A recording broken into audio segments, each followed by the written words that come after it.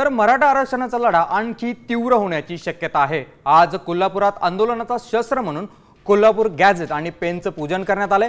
खासदार शाहू महाराज यांच्या हस्ते ऐतिहासिक भवानी मंडपात गॅझेट आणि पेनचं पूजन करण्यात आले।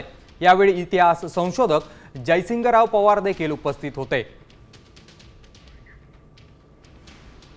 जारंगे पाटलांचे 2 भेटी झालेल्या आहेत शासनाबरोबर, पण आम्हाला अजून तरी प्रत्यक्षात मराठा समाजाला काय मिळालं आणि किती मिळालं याचा अंदाज अजून लागलेला नाही आणि म्हणून हा लढा आता या खंडेनवमीच्या निमित्ताने कृती समितीने हा कार्यक्रम आज त्याचं आयोजन केलं आहे। छत्रपती शाहू महाराजांचा आदेश 1902चा आरक्षणासंबंधीचा जो आहे तो सुद्धा हाती घेऊन त्याच्या बेसवर आपण आपला लढा आता यापुढे करायचा आहे आणि आरक्षण मिळवण्यासाठी सातत्याने प्रयत्न करायचा आहे, कारण मराठा समाज हा मोठा समाज आहे आणि त्याला आरक्षण मिळालंच पाहिजे।